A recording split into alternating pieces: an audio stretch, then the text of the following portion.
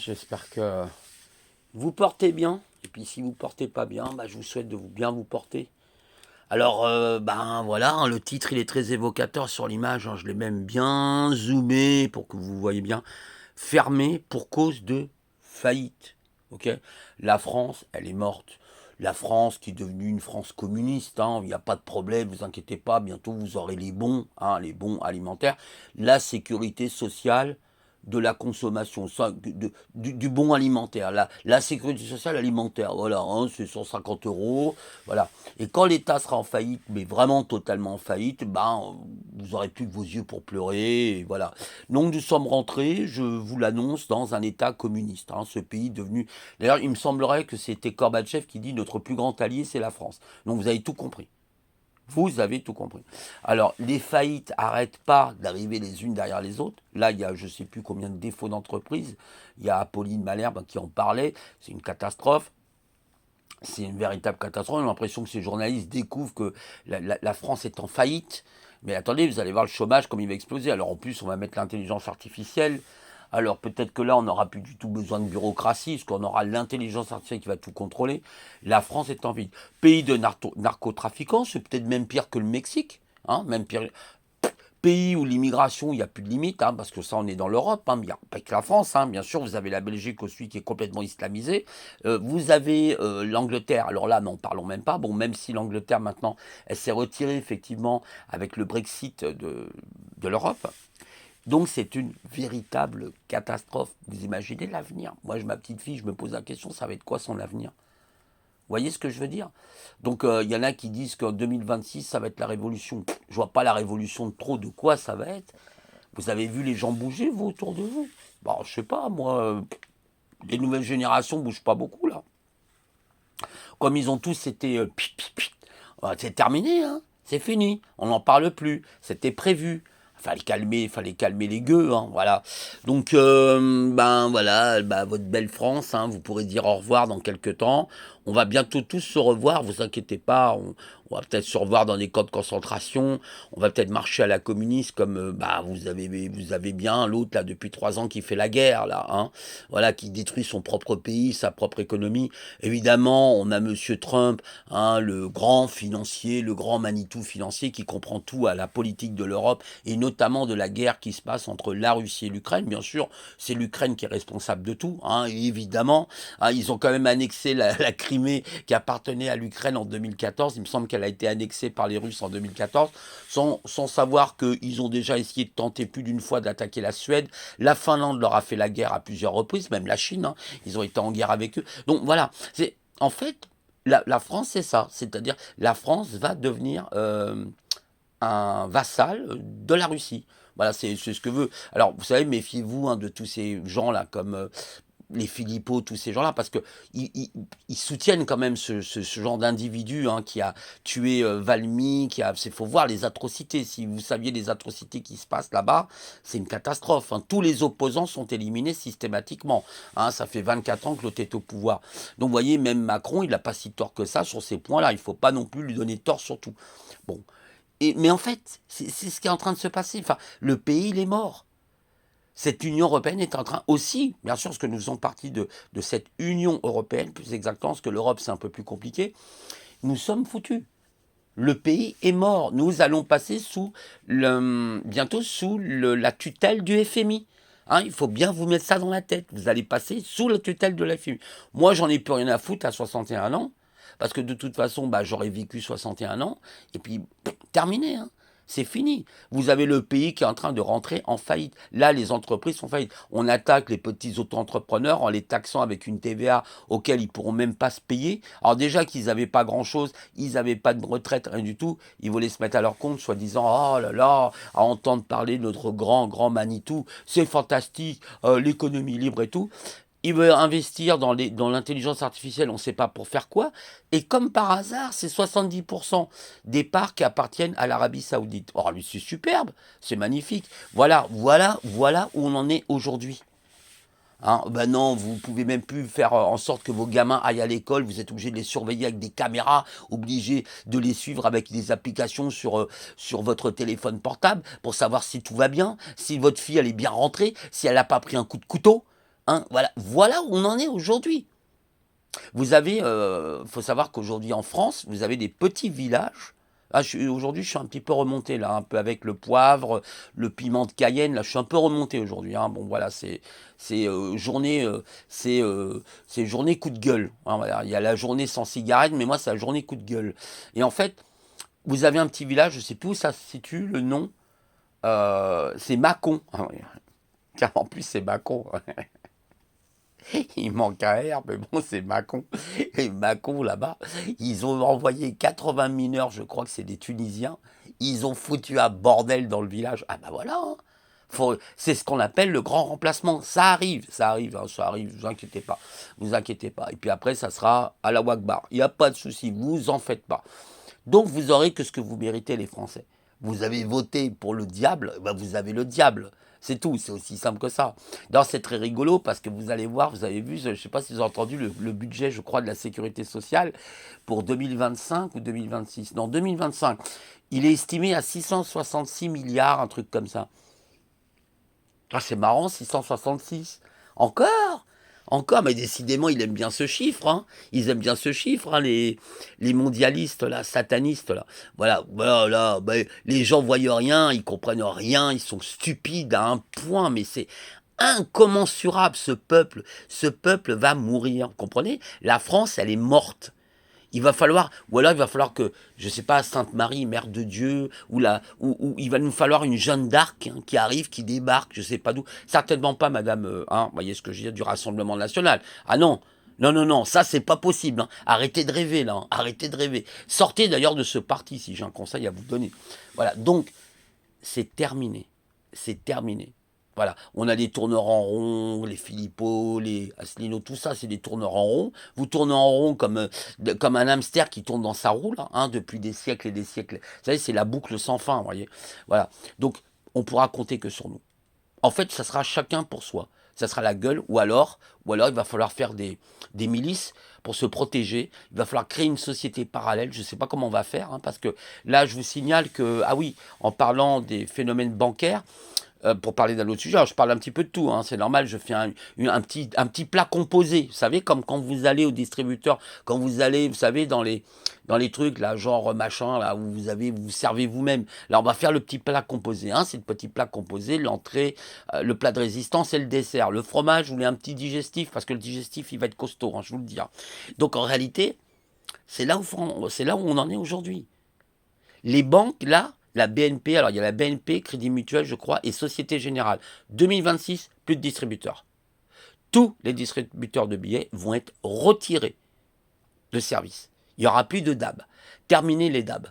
Donc voilà, vous voyez, monnaie, moi ils m'ont proposé le NFC, par exemple, toutes vos banques ont certainement vous ont proposé le NFC, vous savez, quand vous payez par téléphone, une arnaque totale. Il y en a qui se sont fait pirater comme ça. Là, en plus, on voit le taux de piratage en France qui augmente énormément, bah ça c'est normal, c'est la guerre. La guerre, vous croyez quoi? Vous croyez que la Russie nous mène pas la guerre? Ben bien sûr que si, qu'ils nous mènent la guerre. Les Chinois, vous croyez qu'ils nous mènent pas la guerre? Ben bien sûr que si, ils nous mènent la guerre. C'est une guerre larvée. C'est une guerre d'une nouvelle génération. C'est ce qu'on appelle les guerres hybrides. Donc voilà, on vous attaque par exemple sur le plan informatique. On attaque vos serveurs en faisant des attaques DDoS, en piquant des données. Vous n'avez pas vu, Free, comment ils se sont fait voler leurs données? C'est une guerre qui est menée contre la France. D'accord? Contre la France, parce que nous participons avec nos scalps à envoyer à l'Ukraine, etc. Donc voilà, bon, c'est ça. Bah, après, il faut défendre l'Ukraine. Hein. Moi, je suis désolé. Moi aussi, j'avais une position très, très catégorique où je disais c'est quand même l'Ukraine qui a agressé. Oui. Non. C'est beaucoup plus compliqué que ça. C'est beaucoup plus compliqué que ça. Voilà. Et vous avez même la Chine qui aujourd'hui voudrait bien récupérer la Mongolie qui appartient à la Russie. Vous voyez? Même les Chinois pourraient attaquer la Russie. J'avais vu un reportage là-dessus, c'était tout à fait probable. Voilà, vous voyez, c'est ce que je vous ai dit. 21e siècle, au 21e siècle, vous avez encore des régimes comme ça, comme en Corée du Nord. C'est le 21e siècle. Je ne sais pas si vous imaginez le truc. Voilà, le contrôle du peuple, le contrôle. Et puis maintenant, vous allez avoir bientôt, ben c'est déjà le cas même, je ne sais même pas pourquoi je dis bientôt, c'est la technodictature. Voilà, c'est-à-dire le contrôle des citoyens avec les caméras à reconnaissance faciale, ce qui est déjà le cas. Attendez, excusez-moi, parce que j'ai peur. Non, ça va pas couper. Il y a un truc bizarre. Voilà, de toute façon, je vais pas trop m'éterniser sur ce podcast. Du coup, je voulais vous dire ça, parce que bah voilà, vous fermez tout, faut fermer la France, faut tout fermer. La loi DSA, vous avez vu, il y a les deux chaînes. Là, il y a C8 et Énergie 12 qui vont fermer. L'ARCOM a décidé, bah oui, l'État communiste a décidé qu'il fallait fermer votre gueule. C'est comme ça que ça se passe en général. C'est-à-dire après, ils s'aperçoivent qu'on va s'opposer. Donc le gouvernement a très peur du retournement du peuple. Mais comme ce peuple est un peuple de gueux et qui ne bouge pas, si sur les réseaux sociaux, ça bouge. Ah ça oui, ça bouge. Ah ça bouge. Moi, si à 61 ans, il faut que je descende dans la rue, j'irai encore. Bah là, parce qu'on n'aura pas le choix. C'est tout. Voilà. Et puis vous avez tous les traîtres, excusez-moi, parce que pour moi, c'est des traîtres, ces gens-là, qui quittent la France et qui font des leçons de morale à la France après, vous savez. Ils sont là, ils partent de la France, il y en a plein, moi j'en connais, j'en connais. Ils quittent la France. Ah mais la France, ils sont incapables de se battre dans leur propre pays, ils n'ont aucun honneur, c'est des gens pour moi qui n'ont aucun honneur, ils verront leurs frères et leurs sœurs en train de mourir à distance, parce que nous, quand on va se prendre tout ça sur la gueule, c'est nos vies qui seront en jeu, mais eux sont tranquilles. Les déserteurs, là, il n'y a pas de problème. Moi j'ai connu ça à l'armée, les déserteurs, parce que moi j'ai fait l'armée, moi. Je suis pas comme certains qui n'ont pas fait l'armée. Donc l'armée, je la connais. Je l'ai fait pendant 1 an. J'étais du côté de Besançon à l'époque. Du casernement de Besançon. Moi, l'armée, je la connais. Je sais ce que c'est quand il faut se lever à 6 heures du matin et faire son lit et tout ranger carré, puis aller hop, place du drapeau. Je sais ce que c'est, moi, les revues d'armes et tout. Aller sur le terrain pour faire des transactions pour se battre. Je sais ce que c'est. Je sais ce que c'est. Donc, moi, on m'apprend rien du tout là-dessus. D'accord. Donc, vous voyez ce que je veux dire, Au lieu de voir, ils branlent rien, là, toute la journée, ils travaillent pas, ça fume 40 pétards par jour, là. C'est ça, la vie, c'est peace and love. Ouais, c'est ça. Et puis ces gens, vous imaginez, quand ils arrivent à 40 ans, 30 ans, ils sont foutus. Ils sont foutus. Vous avez aujourd'hui une crise entre les hommes et les femmes, mais qui est catastrophique, catastrophique. Je n'ai jamais vu ça. Jamais je n'ai vu ça. Vous avez des femmes. Je regardais l'autre jour, par exemple, vous voyez, je regardais un reportage sur les femmes de l'Est. Alors on n'aime pas, par exemple, les femmes ukrainiennes. Il parlait des femmes ukrainiennes. C'était intéressant. Il montrait qu'elles sont plutôt dans la tradition, elles cherchent un homme pour fonder une famille. Après, oui, je peux comprendre que ça puisse faire reculer les hommes, de se dire, oh là là, faut se marier, etc. Moi, je suis pas trop pour le mariage. Moi, je pense que l'homme a le droit d'avoir 2 ou 3 épouses. Je suis un peu comme les Africains, moi, vous voyez, parce que ça ne marche pas. Les couples, les monocouples, ça ne marche pas en général. Voyez, ça ne marche pas. Parce que être fidèle à une seule et unique personne, c'est très compliqué. Sachant la nature humaine. Moi, je vous l'avoue, très très compliqué. Là, je déborde complètement, je parle de ce sujet, parce qu'il y a aussi une crise. Il y a une crise de la famille. Vous imaginez tous ces gens qui vont fermer leur boîte?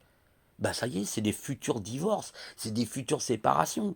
Qu'est-ce qu'ils vont devenir les enfants? Bah l'État va s'en occuper, vous savez ce que fait l'État. Regardez tous ces pédos qui sont en liberté là. Voilà, la France, elle est aussi sous le joug de la franc-maçonnerie, il faut le savoir, qui contrôle tout. Voilà, oui, c'est tout. On ne va pas discuter pendant 20 ans.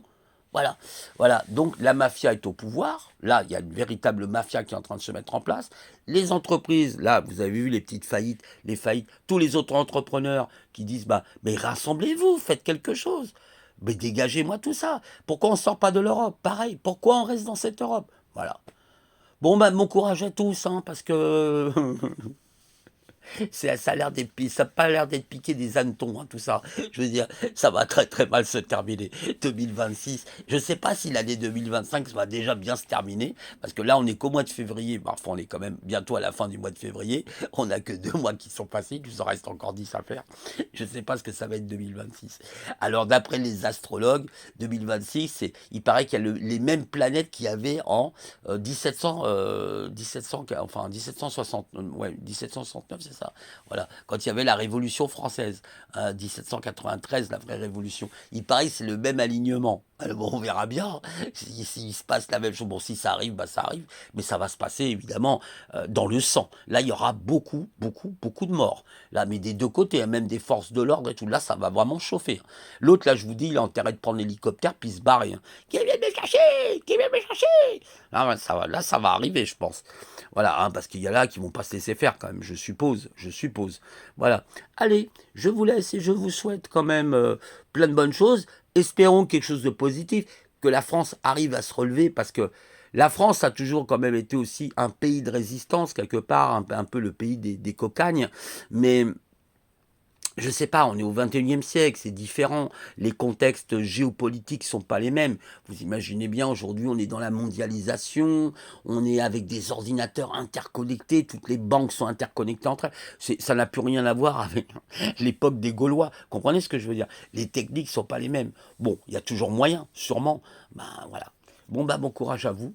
Hein. Ben, genre, il faudrait qu'on retrouve par exemple notre monnaie, hein, battre monnaie, hein, quitter, hein, parce que évidemment, mais ça date pas d'aujourd'hui. La France a toujours été corrompue depuis le De Gaulle. Ça, c'est les gens qui parlent. J'espère que vous n'êtes pas gaulliste, hein, parce que De Gaulle, c'est quand même celui qui a promulgué le communisme, en cas que vous ne sauriez pas. C'est celui qui allait au Brésil, en Colombie, comment, au Paraguay ou Uruguay, tous ces pays-là, et qui a même dit la Chine est un très très grand pays, une grande république. Par contre, il avait fustigé les Juifs de l'époque. Donc, et puis on a eu bien sûr l'Algérie grâce à Monsieur De Gaulle. Donc ça a été formidable. On a eu Pétain. Ah, mais Pétain était formidable. Catholique, Pétain, qu'est-ce qu'il a fait? Il a fait fermer les herboristeries à Paris. Faut le savoir. Il avait signé des contrats avec les grandes pharmacies. Si je peux vous en parler de ces sujets, il n'y a pas de souci. Donc voilà. Vous voyez, cette mafia ne date pas d'aujourd'hui. Et puis on a eu Valéry Giscard d'Estaing qui a fait la loi, qui avait, à l'époque, qui avait promulgué la loi de 73. Rappelez-vous les banques. Tout simplement, les banques, elles appartenaient. La Banque de France, en fait, n'appartient plus. Voilà, les banques privées sont arrivées. C'est là où les banques privées sont arrivées. Bon, je vous laisse parce que ça serait très long à expliquer tout ça. Et je vous souhaite une bonne journée à toutes et tous. Prenez soin de vous. Allez, au revoir avec le sourire.